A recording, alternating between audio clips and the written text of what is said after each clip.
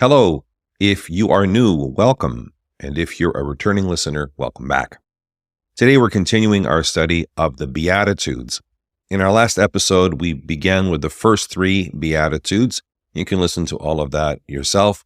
But as a quick recap, we began by saying that the Beatitudes are the foundation of Christian spirituality. They are a distillation of the entire spiritual tradition of the Orthodox Church. We said that the first three Beatitudes, which we looked at last time, blessed are the poor in spirit, blessed are those who mourn, and blessed are the meek, all center on the theme of humility. To be poor in spirit is to understand how far we fall from the glory and the majesty and the honor to which God has called us in the beginning. We mourn that spiritual poverty, and indeed the spiritual poverty of the world around us, because we fall, then we bring the entire creation down with us. And so we mourn the brokenness of the world, the brokenness of our neighbors, and the brokenness in our own hearts. And then the third one is blessed are the meek. Knowing our spiritual poverty and having sorrow for this should change our attitude, our approach towards life. All three of these Beatitudes speak about the foundation of our spiritual life, which is humility. Now we're going to go on to look at the other Beatitudes and see how humility then shapes how we look at ourselves and how we interact with the world around us, especially with our neighbors. So this is verses 6 to 12, and we begin in verse 6. Blessed are those who hunger and thirst for righteousness, for they shall be filled. In Matthew chapter 6, verse 33, we read, Seek first the kingdom of God and his righteousness, and all these things shall be added to you. So the righteousness of God must be our first priority. And we define righteousness as everything in good order, everything being authentic, things as God planned them to be, things unfolding according to the will of God. And we hunger and thirst after this, because man shall not live by bread alone. But the real nourishment comes when our hearts are fed by the righteousness of God, by seeing God's will unfold in our lives and in the world. Verse 7, Blessed are the merciful, for they shall obtain mercy. Jesus will return to this theme later on in the sermon when he frames it around forgiveness, and then again later on in the parable of the unforgiving servant. St. John Chrysostom writes, Human beings give their mercy, and they receive something even greater, mercy from God. And if we say, Lord, have mercy, which we really like to do in the Orthodox Church, if we say it as many times as we do, the implication is that if we are going to ask God for his mercy, that we will also be merciful to those around us.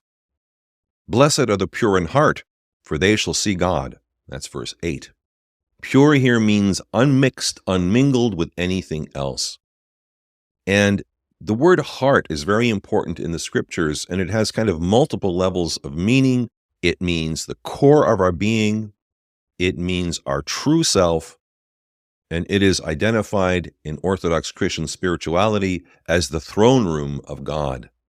And so in Luke chapter 17, Jesus says, the kingdom of God is within you. The throne room of God is within us in our hearts. Only with a vision of God, the perception of his presence, can we see the world as it truly is. And this is only possible with a heart that is not clouded by sin. Verse 9, Blessed are the peacemakers, for they shall be called the sons of God. In Ephesians chapter 2 we read, For he himself is our peace, who has made both one, and has broken down the middle wall of separation. Christ, the Son of God, is the peacemaker. And when we are peacemakers in our own lives, in the little corners of the world that we live in, we too emulate the divine Son of God. As it says in the Psalms of David, seek peace and pursue it. Blessed are those who are persecuted for righteousness' sake, for theirs is the kingdom of heaven. That's verse 10. In John chapter 3 we read, The light has come into the world, and men love darkness rather than light. So anybody who tries to walk as a child of the light as Paul calls us to in his letter to the Ephesians, is also going to be opposed by those who love darkness rather than light. St. Basil the Great says, think of the kingdom of heaven as this, the genuine contemplation of realities. But not everybody's interested in reality and truth and the way things should be and need to be. And those who prefer the darkness will always target those struggling to walk in the light. And so again in verse 11, Jesus repeats this in another way. Blessed are you when they revile you and persecute you and say all kinds of evil against you falsely for my sake. In John 15, Jesus says, remember the word that I said to you, a servant is no greater than his master. If they persecuted me, they'll also persecute you. And in Luke chapter 21, Jesus says, you will be hated by all for my name's sake, yet not a hair of your head will perish. By your endurance, acquire your lives. Because our endurance, our perseverance in the faith means that we gain our lives, the Beatitudes conclude with these words in verse 12. Rejoice and be exceedingly glad, for great is your reward in heaven, for so they persecuted the prophets who were before you. Joy is understood as something that's beyond just being happy, but it's the abiding sense of what is right and what is good and what is stable in the world. And we can have joy, this abiding sense of stability, even on our worst days. Father Stanley Heracus, in his book Toward Transfigured Life, points out a progression in the Beatitudes. Blessed are the poor in spirit. Everything is born out of humility. Blessed are those who mourn. That means to acknowledge our spiritual poverty, to acknowledge that this is a problem, to mourn over these things. Blessed are the meek. Because we are aware of our spiritual poverty and because of our humility, we have no right to think that we're better than anybody else. We hunger and thirst after righteousness. Why? To address our spiritual poverty. We are merciful because, knowing our own imperfection, we are able to be compassionate to others. To be pure in heart is the inner fruit of seeking righteousness and practicing mercy. And to be peacemakers is the outward expression of righteousness and mercy. And then to be reviled and persecuted for the sake of Christ is the fallen world's response to all of the above. Next time, we are going to continue on with the Sermon on the Mount, and Jesus will explain to us the connection between his gospel and the law and the prophets.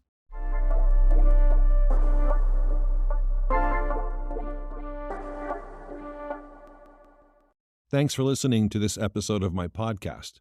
You can find my podcast on Anchor FM, Spotify, YouTube, and on my Ko-fi.com account. And you can find links to all of that on my website, fatherajarmus.com. That's FRAJARMUS.com. And if you'd like to learn more about Eastern Orthodox Christianity, but aren't near an Orthodox church, you might be interested in the Fellowship of St. Theophan the Recluse, an online community that I've started for seekers and inquirers all in that same situation. We have members in the U.S., Latin America, the British Isles, Africa, and Australia. For more information, message me or send me an email.